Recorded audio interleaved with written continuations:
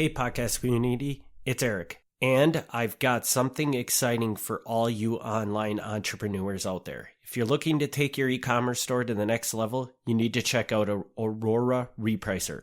With Aura, you can effortlessly reprice your Amazon inventory automatically. Ready to elevate your Amazon business? Head over to krmpods.com/Aura to get started today. Hey everybody, welcome back to another episode of Fox Cities Murder and Mayhem. I'm Eric. I'm Gavin. And Gavin, we're back with another episode. We should mention again that we are winding down to the end of the year. So everybody, you're going to get probably one more full brand new episode this year. But then after that, it's going to kind of slow down because Gavin needs to take some time to finish all the other book projects and stuff he has. So I'm figuring we'll be putting out some reruns, and we'll also periodically stamp a new episode into this feed every once in a while when Gavin has time to put one together. Yeah, I've still got more stories to tell. There's just some that are easier than others. Today, obviously, I'm ready because we're here, and I've got the next one ready to go. The next one, which is kind of sort of our last one, and then I've got others that they need some work. And one I really hoped I would have had ready because it was a Christmas, and I really wanted the Christmas story out, but even though I could find so much on the murder part of it, I could find almost nothing on what happened after that part. So that one is probably not going to show up for Christmas. Sorry. It's the curse of being a true artist. You can't refine it back to the perfect end product. So but today we have what I think we're wrapping it up on a positive note here. This may be the greatest, or at least second greatest episode we've ever done. Really? And I'm going to say it before we even start. Ooh. I don't know, man, because some of those early episodes were pretty epic. So I'm curious to see where this episode goes. This may be even better. And I don't even want to give a preview of what we're going to talk about in this, because it's just that great. I don't want to tell you little bit hints and pieces because it's amazing. Only thing I will say up front is that this time, part of our story is in Appleton, and part of our story is in Ellington. So, new stop there. I don't think we've mentioned Ellington. I think before. we did. We did do something in Ellington before. We? Yeah. Okay. Yeah, there was somebody that murdered. I can't remember the story, but yeah, there was somebody in Ellington because my mother lives in Ellington. Yeah. And we talked about that fact that my mother lives there. People, please nobody try to find my mother. Yeah. Because you now know. Because there's probably two houses. Yeah. So well, we're going to talk about one of the two houses in Ellington. Yeah. Not my mother's house. No, I don't think this is your mother's house. I don't know where your mother lives, but I don't think this is her house. Okay, so here we go. This is the story of Joe Canon. And his name is Joseph George Canon, or Joe Canon, or what most people knew him as, Joe the Trader. Okay. So Joe, I'm just going to call him Joe throughout this episode. Joe, born 1915. He studied engineering in college. He became a licensed engineer in the 1940s. During World War II, he worked in shipbuilding for the Navy. In 1945, he marries Terry, his wife Terry. And they're as close as can be for the rest of their lives. Terry was an elementary school speech therapist. She also loved animals. So good side information there. Just so you know. And she wrote a lot of diaries and journals as well. So if you want to know a little bit about Terry, because she's not our focus. Joe was a maverick with unusual talents and always preferred independence to regular employment. As an entrepreneur, he established an engineering office where at various times he operated a commercial printing service, an electroplating plant, not really sure what that is, an engraving shop, as well as single-handedly constructing houses, apartments, and commercial buildings. Wow. Yes. This was a resourceful guy. Absolutely. In 1958, he opened one of the earliest liquidation businesses in the Midwest. He opened it out on Highway 47, which was near what is now, I say today, but I don't even know if this is still here, near Valley Camera on Highway 47. Is Valley Camera still a thing? I think it might be, but I'm trying to think where it is. Okay. I mean, kind of near where the Valley Fair Mall was. Yeah, but anyways, Proceed. So he owned a liquidation shop, which if you don't know what that is, it's like wholesale stuff that the main stores, Kmart, Shopko, whoever, don't want anymore. They go here. I know when I was growing up, there was a place in Medina called D&D Liquidators. Yeah, so we'd go out there. Anyway, and he was known as Joe the Trader, and he would put ads in the newspaper about what he had this week. Maybe he had BB guns or candy or marbles, all kinds of fun stuff. He patented a unique automatic flush valve, so he was also designing stuff. He published 2 musical compositions, possibly more, but 2 that I could confirm, which were waltzes. He wrote them with both the music and the lyrics, and he had written these waltzes to go along with a business idea that he had to put steamboats out in the Fox River and play these waltzes during these steamboat tours, and he would serenade his guests while they were on their watery excursion. The project never happened. Doesn't seem like a very good idea. But... No. So this is who Joe is. But now we get to the thing that Joe is actually known for. Okay. Besides being Joe the Trader, a man named Robert Edinger was on TV promoting his new book, The Prospect of Immortality, sometime around 1964 or 65. Joe was intrigued and started corresponding with Edinger, eventually flying out to meet him in Oak Park, Michigan. Their discussions led them to believe that the biggest hurdle in cryonics wasn't the science, but a lack of designated facilities to care for the patients. Now, cryonics, if people don't know, is when, at the time that you die, you are frozen with the belief that someday medical science will be able to bring you back and you'll be healthy again. Okay. So, he becomes really deeply involved in this. In early 1966, Joe said, "You know what? I've got the money. I will fund such a facility for you. We'll build it in Oak Park, Michigan." But it never got off the ground because local politicians didn't want anything to do with this. In March 1967, Joe purchased 30 acres of land in Ellington, which, if people don't know where Ellington is, it's about 12 miles north of Apple. The town gave Joe a permit to build a cryonics center. Nice. Please tell me it went through. Please tell me it went through. Indicating that he had met all the zoning and building codes. He invested most of his savings in the project. Joe said several friends helped him drop the plans and transport materials, but at the end of the day, the project was his, and he more or less built it himself. He named the facility Hope Knoll, with a ground floor measuring 2,000 square feet and a basement vault measuring 1,200 square feet. The building had a loading dock and special piping to allow liquid nitrogen inside. Hope Knoll looked like a 70-foot ranch-style home with a Swiss chalet design. The basement was fireproof. You don't want your frozen patients burning. Yeah. Joe said, "You know what? It would also make a really good bomb shelter for the neighborhood." On either end of the building, he put a symbol. On one end, he put a sphinx, which represented eternity. And on the other end, he put the infinity symbol. That thing looks like the sideways 8. Just out of curiosity, do you know if this building still exists? I don't know. Okay. I don't know. I'm really interested. Now that he had the building ready to go, he consulted with the state. He said, "Is this legal? Am I good? Can I do this?" And so it got all the way up to the Wisconsin Attorney General, and the Attorney General issued an opinion on that, saying, "You know, I think this might be okay." The Attorney General at the time was Bronson La Follette, and La Follette said, "In my opinion, I think cryonics is stupid. However, I don't think that the state has any statutes that specifically ban the practice." The state health officer was like, "I don't know about this," and he asked for a second opinion. But in the meantime, things were moving forward. Joe said, like any pioneering or prototype project under development, there are some problems that have to be resolved with the state, which is to be expected. Great gains have been made in cryonics, and there are 6 or 7 bodies in the country that have been successfully frozen. So not a lot. However, there is no permanent facility for custodial care, such as the one I am building. I believe it will be the first in the world. There's going to be some place in Wisconsin for storing the bodies, and I suppose that preferably it should be somewhere else, but I want it here.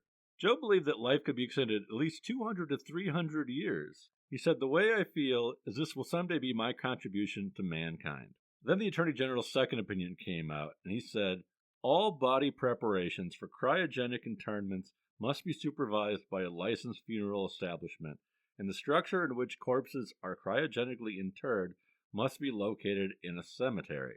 So this created a problem for Joe. The first part, probably not so much. I mean, you're probably going to have an undertaker involved because you're dead, but his building was not located within a cemetery. So that was a problem. So how do you get zoned to be a cemetery? Joe didn't give up. He reached out to his local congressman, Harold Freilich, and Harold Freilich agreed that this was wrong. And he introduced a bill to the Committee of Public Welfare that would establish special qualifications and licensing regulations for cryogenic internment and special regulations for cryogenic centers. He said currently they had to be erected within an established cemetery. He says, but we should have a way around this, because if this is specifically just for cryogenically interred people, they're not actually dead. They're just temporarily dead. Wow. So you wouldn't put them in a cemetery. I'm going to guess that this did not work. I don't know. The state head of the Wisconsin Funeral Directors Association was very concerned about all this, and he was actually opposed to the idea of the cryonic centers, not for any scientific reason, but he just thought this would really make things legally a mess. He says, well, what happens when somebody dies? Can I sign a death certificate? Am I not allowed to sign a death certificate? I mean, at this point, can I even remove a body from the home? Because if you're saying they're not actually dead, I don't have the right to move them. Then I become a kidnapper. Like, it's like we would have to completely redefine what death is. Like, this is a serious problem. So yeah, even the local funeral directors around Appleton were kind of concerned. They said, we're not really opposed to it. We just think this needs a little bit more work. All right. In January 1970, Wisconsin formed the first Cryonic Cemetery Association. It was, of course, headed by Joe Canon. So now the idea is the land will be designated as a cemetery, but it'll be specifically designated as a cryonic cemetery. So it meets the specifications the state wants, but they're not going to actually bury people. So he's trying to work his way around here. So at this point, things are going before the state, and Joe speaks, to the state, to the Congress, and he says by this point in 1971, there are now 14 cryonically frozen bodies in the United States, which, again, doesn't sound like a whole lot. No. He says the nearest one to here is a 54-year-old woman in Iowa. He said that no one was cryonically frozen in Wisconsin yet, but if he was allowed to operate a center, Wisconsin would become a world leader in the cryonics movement. Which, I don't know if that's necessarily what the state wants, but that was his selling point. He said that the freezing causes a body to age the same in 100 years as it would in 1 minute under normal circumstances. Wow. He also proposed the idea of windows for people to see into the tubes, but not out. He said, I think that's a little bit ghoulish, but it's a matter of personal taste. If family members want to visit their frozen loved ones, why not? Kind of weird. Yeah. Kind of weird, but okay. He started a company called the Cryo Era Corporation to design and sell cryonic equipment to other people throughout the country, so other people could copy what he was doing. In 1985, Joe and his wife Terry joined a company called Alcor, and Alcor was like the biggest nationwide company in favor of this sort of thing. They joined because Terry had died. Terry was cryopreserved in February 1985. Allegedly, when Terry died, they cut off her head, and her head was shipped to California and frozen for $34,000. She was the first head that was operated on by the people at that particular facility in California. So I don't know how confident I feel about that. No, not at all. And they probably screwed that one up, right? First try through. Yeah.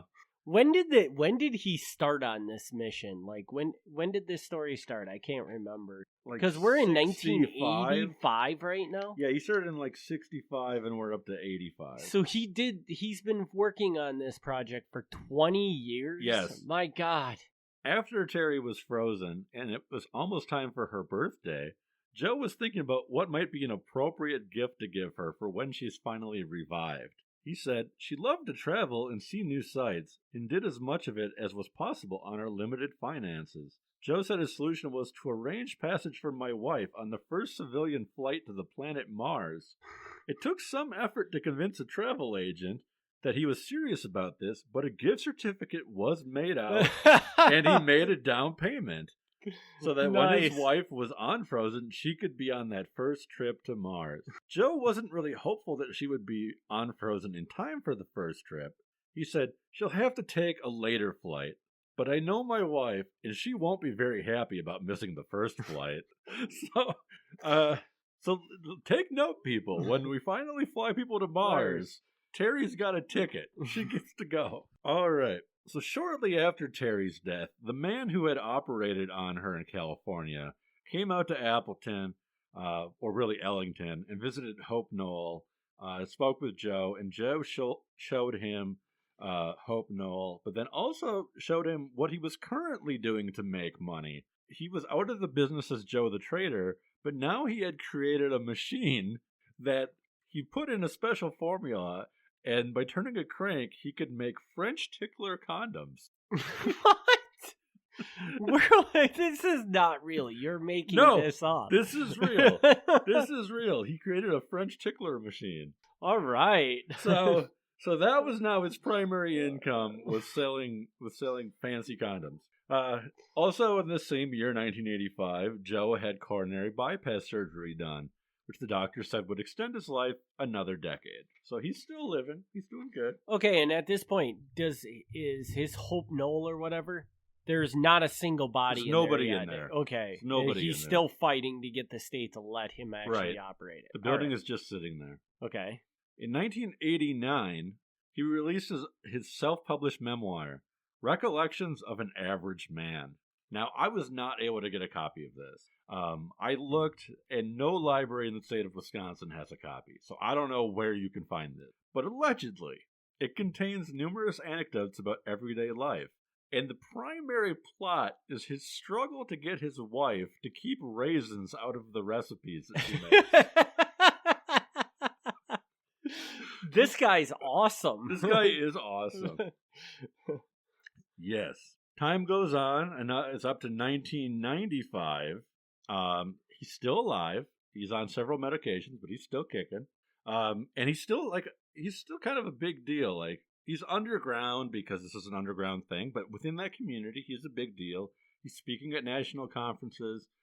In October 1995, he gets an interview with the Discovery Channel. Oh, wow. So they put him on there, and they film an episode that's released as Immortality on Ice. I did not watch this. I do not know, but you could probably find it out there somewhere. But at this point, he had reached a state of depression. He started to doubt that Cryogenics would ever be successful. He told the Discovery Channel, "My wife Terry will be able to find someone better than me in the future. She is better off without me." He's so sad. He's so sad. He thinks that she'll be brought back, but he's not so sure that it's the right thing anymore. By the end of that year, Joe's doctor sent a letter to Alcor, the freezing people, informing them that Joe had prostate cancer, cardiac disease, and progressive lung disease. His time was short. The doctor said he had maybe 90 days left. Joe then informed Alcor that he was no longer interested in cryonics and he wished to be cremated. Alcor president Steve Bridge called Joe and wrote him numerous letters urging him to reconsider and moved to Scottsdale, Arizona. Why Scottsdale, I don't know. Joe was their friend, but more than a friend, he was also a pioneer in the field of cryonics. If he decided to get cremated, it would really be a blow to the cause. That the guy promoting it all these decades doesn't end up doing it. Yeah. They end up visiting Joe, and they could not convince him to move to Arizona, but they did get him to cancel the cremation order. Finally, possibly unrelated to all the health issues, Joe fell from a ladder in his yard while trimming some trees, and he broke a rib. That was the end of him, basically? Basically. Okay. The next day, while he is laying in bed, painfully recovering from a broken rib, he decides this is the end. He puts a plastic bag over his head and passes out. His neighbor, an elderly woman, somehow caught him doing this and called the police. But 3 days later, he did it again. This time, he tied a pillowcase over his head, and he ended up suffocating. And that one got him. I'm surprised. I feel like a pillowcase wouldn't even be, like, you would think air could get through that. You would think that. But Alcor managed the best that they could, but it took them several hours to arrive on the scene and to convince the medical examiner not to autopsy Joe's head. The freezing was not optimal, but it is believed to have been done successfully. So now he and Terry are the rare married couple who are both frozen. Joe had no children, though he had nieces and nephews in Florida. So, as of right now, today, in 2022... they are still frozen somewhere in California. There are 2 frozen heads in California of Joe and Terry. So, no murder, no mayhem in this episode, but definitely a strange individual from Appleton. And somebody out there is going to be like, it's not strange. The guy was, clearly he was ahead of his time. And, maybe. But seems pretty strange to me. I don't know. And do you know, cryogenics, there's still a movement of that in existence today. Yeah, it exists. Yeah. Yeah. Okay. Like you can go to Alcor's website, and I mean, they still exist. They still exist, and they still promote it and everything. And they have these annual conferences, and they have scientists come out and talk about things that are relevant, about how health can be prolonged, and things that are, kind of related, like flash freezing, like how you do to preserve food. I'll have some of these food scientists come out and talk about that because it's kind of related to how they do this. So they still have people doing this, and the people who run Alcor, like, whether they're crazy or not, and I probably for legal reasons can't say that they're crazy, but whether they're right or not, I mean, they are doctors, they are, professionals, so it's not just a bunch of random people trying to do this thing. Yeah. It's So they're people who know what they're talking about and really believe in it. So I have my doubts personally, but, it's not impossible. And do you know, like, did anybody ever successfully open a cryogenic facility in Wisconsin? Did you look into that at all? To my knowledge, there is not one, but I could be wrong. But yeah, Joe had tried for 30 years, and he built the building. But nothing ever happened. And that's just insane. That, like, what? This is another one of these stories where it's like, this happened 10 minutes from here, 15 minutes from here, and who would have ever guessed, right? Yeah. This is on par. I don't know if this is better than the UF episode, but that's why I said it's either the best or the second best. Yeah, because UFO might still be better. But... yeah, because the UFO one was pretty nutso too. Yeah, you know what though? If this one would have been the first one, this one would have been the best one. Yeah, because it's just that they're just so out there that, and it's not even. And honestly, the UFO people, I think, are nuts. I'm sorry, UFO people. I think they're nuts. This guy, I don't think he's nuts. I mean, he's eccentric for sure, but like, this isn't as wild as thinking you've had several meetings with aliens who are telling you things. Like, maybe that happened, but I find that a little questionable. Here, like, the idea that you could be frozen and brought back, it's far-fetched, but it's not impossible. Right, and I guess when you look at it, it's like, they're not saying that... They're not saying we don't know if this is ever going to be done, but let's preserve ourselves just in case it ever does happen. And I mean, you look at where our technology was 100 years ago, and you kind of have to think like, well, where's it going to be at in 100 years from now? Yeah, because, I mean, it's a night and day difference. It's not impossible. It's just what makes this so much fun is that Joe is an interesting character. I mean, even if cryogenics turns out to be 100% true and works out, Joe is still an interesting guy. Yeah. And you got it, like, I mean, in the 60s to think that this could happen. And then it sounds like he spent every dollar he had putting into this concept and putting that building up in Ellington, which probably just sat there for 30 years of his life Yeah. because they would never let him do anything. Yeah, and I don't know if it's still standing or not. I would suspect it's not, but I don't know. I don't know exactly where it was. Okay, you never came up with like an address for it or anything like that? I don't know if I had an address. It's not in my notes, so I may not have an actual address. I'm guessing at the time it was built, it probably didn't really have an address. Yeah, that's a good point. I mean, because it literally would have been out in the middle of nowhere. Yeah, Ellington isn't really much of anything, so they'd be like, "Oh yeah, that house out on highway, whatever." Yeah. So, well, very, very interesting story. Yeah. So I hope everybody enjoyed that because I think that was a really, really good one. We thank everybody for their continued support. Unless you got anything else you want to add, Gavin? No, that's about it. Okay. So yeah, we're kind of got a high note here. I think next time's story is going to be good as well. Probably not quite this good, sorry, but it'll be good. And then then we'll just from here on out it'll be kind of sporadic. Maybe a new one once a month instead of every 2 weeks. We'll see what happens. Yeah, I don't want to abandon this, so don't turn off your RSS feed or however you get. Is that even a thing, an RSS feed? Yes. It's still a thing. They're trying to get rid of it in podcasts, but it still exists. Okay. So my technology knowledge is like 20 years old at this point. Yeah, but most people probably don't even realize that there's an RSS feed, so we should say unsubscribe. Do not unsubscribe from this podcast. Okay. But either way, stay on that because new things will show up here and there. We're not abandoning it. It's just going to be a step back. So, So there's stories coming up forward.